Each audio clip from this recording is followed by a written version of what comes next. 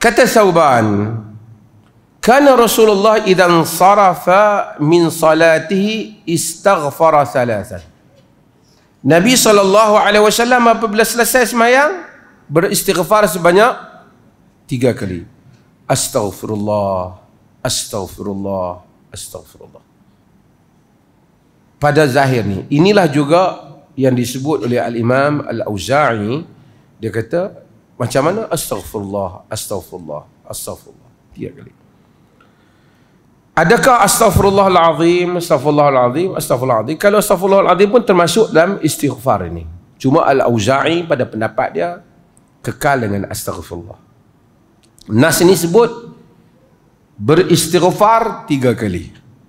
Sama ada astaghfirullah, astaghfirullahalazim. Cuma astaghfirullah sahaja itu disokong oleh Al-Imam Al-Auza'i dalam riwayat. 3 kali. Ini the beauty of ubudiyah. Ini keindahan ubudiyah. Insan mukmin setelah dia menunaikan salat pada Allah, bukan dia buat maksiat,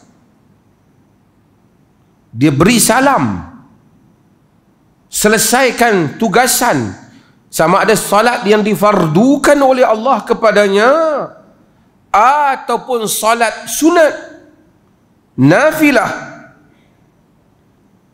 dengan rendah diri sebagai hamba dia memohon keampunan pada kekurangan, kecacatan yang telah dia lakukan. Sebab itu kita kalau baca Al-Quran, kita akan berulang kali saya bagi sebut hal ini. Memohon keampunan pada Allah ialah perkara yang paling besar yang dibangkitkan oleh Quran. Keseluruhan hidup ni, kalau boleh manusia ni sentiasa memohon keampunan pada Allah, itulah kejayaan satu orang manusia. Selepas salat, istighfar. Nabi Ibrahim selepas dia doa pada Allah, Rabbi ja'alni muqimas salah wa min zurriyyati Rabbana wa taqabbal du'a Rabbi ghafirli wali walidayya walil mu'minina yawma yaqumu hisab. Tuhan ampunlah aku dan kedua ibu bapa aku. Sentiasa para Nabi. Nabi Nuh alaihi salam, sampai dia doa kat kaum dia, Rabbi la tazar ala ardi minal kafirin dayyara. Apa dia kata? Rabbi ghafirli wali walidayya waliman dakhala baitiya mu'mina walil mu'minina wal mu'minat. Wahai Tuhanku, ampunlah aku dan ampunlah pada orang yang masuk ke rumahku dan mukminin, ampunlah aku dan kedua ibu bapa aku, dan pada orang yang masuk dalam rumahku dan mukminin dan mukminat. Nabi Sulaiman alaihi salam ketika dia nak minta kekuasaan daripada Allah, minta kepada Allah tak apa kuasa. Rabbi ghafirli wa habli mulkan la yanbaghi li ahadin min ba'di innaka antal wahhab. Wahai Tuhanku, ampunlah aku dan berikanlah padaku kekuasaan. Sehingga agama ajar, nak minta sesuatu pun mula dengan minta ampun dulu. Wa qur rabbi ghfir warham wa anta khairur rahim. Wahai Tuhan, katakanlah wahai Tuhan, ampunkanlah dan kesian. Sentiasa minta ampun dulu baru minta kesian. Sebab itu orang yang melazimi istighfar ini, dia akan tengok Allah memberi keajaiban harta, keajaiban nikmat hidup yang dia tak sangka-sangka. Tidak memahami hal ini melainkan orang yang melaziminya. Banyakkan istighfar sehingga sentiasa kita rasa salah. Hatta orang seperti Abu Bakar, yang hadis yang kita baca dulu, dia tanya Nabi, apa Nabi kata?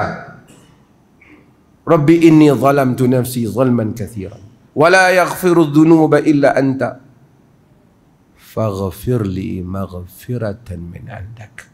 Ampunkanlah aku dari satu keampunan dari sisimu. Itu doa yang Abu Bakar minta. Nabi tak kata, wahai Abu Bakar, kau minta supaya harta jadi banyak, anak-anak sihat, istighfar, semua ni akan datang. Istighfar, semua ni akan datang. Sesiapa yang daripada tidak beristighfar kemudian sentiasa beristighfar, bukan hanya melafazkan kalimah ighfirli, rabbi ghafirli, wahabli, rabbi ghafirli, warhamni, tapi ketika dia melafazkannya dengan rendah diri sebagai hamba, benar-benar memohon keampunan pada Allah, dia akan merasai nikmat keajaiban hidup kalau dia melaziminya. Dan inilah yang Aisyah radhiyallahu anha dalam hadis yang diriwayatkan oleh Imam Muslim, bertanya Nabi SAW yang selalu kita sebut dahulu, hadis Ibnu Jud'an, tentang Ibnu Jud'an. Ya Rasulullah, Ibnu Jud'an kana fil jahiliyati yasilur rahim wa yut'imul miskin, hal dzalika nafi'uhu? Wahai Rasulullah, Ibnu Jud'an, Abdullah ibn Jud'an yang Nabi puji. Nabi kata kalau ada perjanjian, lau du'itu bihi fil Islam la ajab, jika aku dijemput masa Islam pergi ke rumah Ibnu Jud'an untuk buat perjanjian macam masa jahiliah itu, aku akan pergi. Bagusnya Ibnu Jud'an. Ibnu Jud'an, kata Aisyah, masa jahiliah selalu menghubungkan silaturahim dan memberi makan orang miskin. Fahal dzaka nafi'uhu, adakah itu memberikan manfaat padanya? Nabi kata la yanfa'uhu, tidak memberi manfaat padanya. Fa innahu lam yaqul yawman rabbi ghfirli khati'ati yawmaddin, kerana dia tak pernah satu hari menyebut, wahai Tuhanku, ampunlah dosa-dosaku pada hari aku berjumpa dengan kau nanti, hari kiamat. Segala sedekah dan seumpamanya bagi yang tidak beristighfar tidak memberi manfaat jika dia tidak merendah diri pada Allah. Sebab itu kadang-kadang orang tidak faham isu ni. Dia tengok tu, dia tu orang bukan Muslim, selalu sedekah, takkan tak dapat pahala. Sama ada dia sedekah untuk dirinya, kedudukannya, namanya, tapi dia tidak bersedekah sebagai tanda rendah dirinya kepada Tuhannya. Kalau itu berlaku, tentu dia memohon keampunan pada Allah. Istighfar,